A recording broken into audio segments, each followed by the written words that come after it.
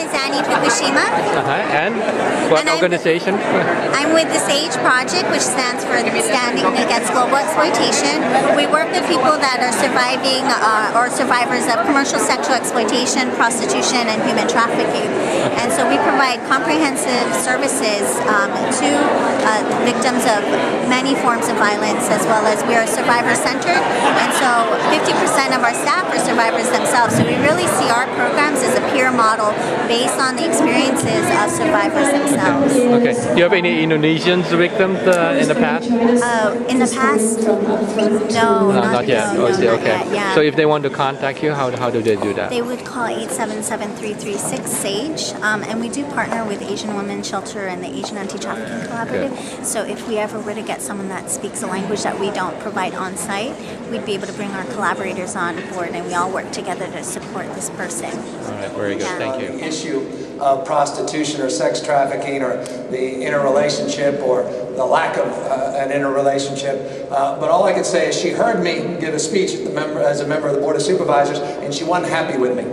And she said, you need to get educated. And she invited me down just around the corner near our welfare offices and brought me into a room upstairs with 10 or so survivors of prostitution. And we went around the room, a large round table, and everybody started telling their story. And God is my witness, I couldn't get through the second story without Norma running to get me Kleenex.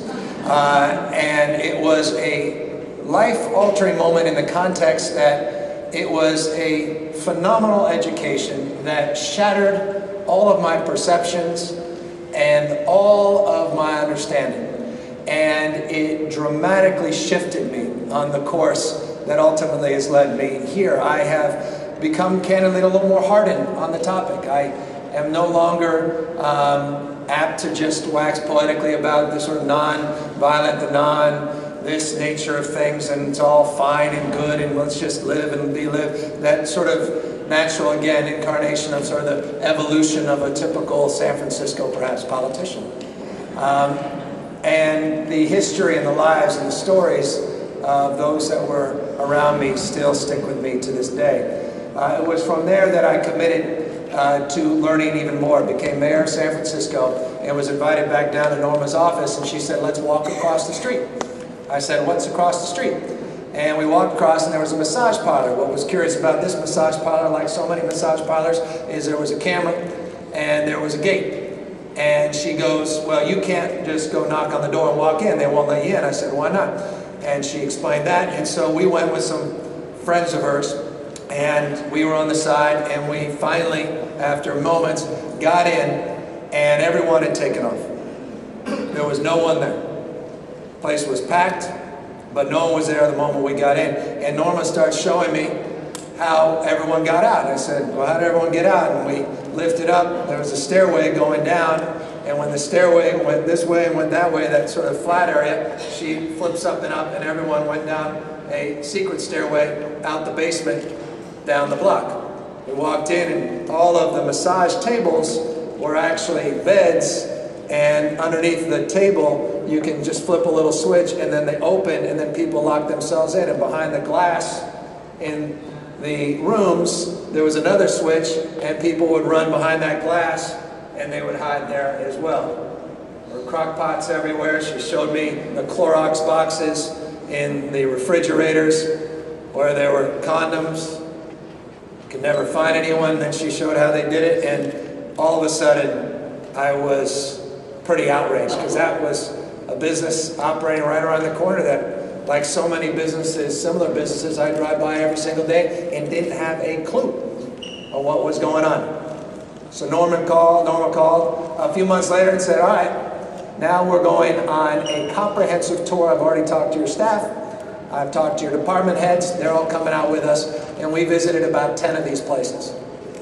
And I'll never forget the last one I visited right on Montgomery Street, almost across the street from 235 Montgomery, where I went from Santa Clara University, my first job downtown at the Rust Building. And it was, I think, called Executive Massage. And it was upstairs. It was a dental place on one floor. It was about as legit as you could get. It was after a tough day, but I didn't see anything that really alarmed me except anecdotal evidence. Thanks. And then I walked in, and everyone starts running to the left, and I just quietly, they all told me to always stick behind, started walking to the right, and I opened up the door, and I'll never forget what I saw for the rest of my life. It's a guy with a wedding ring on, larger gentleman, literally just getting off, a woman, literally physically, a young girl. She couldn't have been more. I don't know how old she ultimately turned out to be, but she certainly wasn't 18 years old. And that was the last place that I've ever visited, because I said I can't do that again, because it's so indelible in my brain. We came back, and I worked with a number of members of my staff, and I said, we are not being serious about this. They said, well, we shut down a few of these places, but they keep reopening under different names, and they work the whole operation. Eventually, though, we got more serious and more organized, and I want to just thank everybody that has helped us get more serious and more organized, and we are finally at a place where we're now, I think, going to take this much, much more seriously than we ever have in the past, and get very, very intensive about our outreach efforts and about our commitment and follow-through to address this issue. A lot of folks support the status quo. A lot of folks think we should be focusing on different things. I think some folks may be here today that feel that way. But I think we need to step it up, and we need to address this very significant issue, not just in San Francisco, but the state of California, New York, Nevada, this is serious. Millions and millions of people. By some estimates, 27 million people being trafficked against their will around the world. This is an industry that is alarming in terms of its growth. And it's alarming in terms of the narrative of people's lives and how they enter into this. And so that's really what we wanted to talk about today. We want to not only acknowledge the good work that's been done. By the way, we've shut down 36 of these massage establishments in the last 3 years. It's a good start. With the district attorney's support and others, we've been funding some outstanding programs. The leaders are here, and you'll hear more about those extraordinary organizations that are dealing with this issue in a very meaningful way. We've got enlightened leadership. Carmen Chu has been very aggressive about this as a member of the board. I thank them very much, because they remind us every single day that there is a problem, a hidden problem, and that many of the victims are women and they are minors. People who come to this country and many others who really are coming against their free will, who don't have the ability to live a decent life, a life of their own choosing. We understand that human trafficking is truly an international problem, something that happens outside of our borders. But as a local government, we really should do, and we have been trying to make sure that we're passing laws that really help to strengthen what we do here.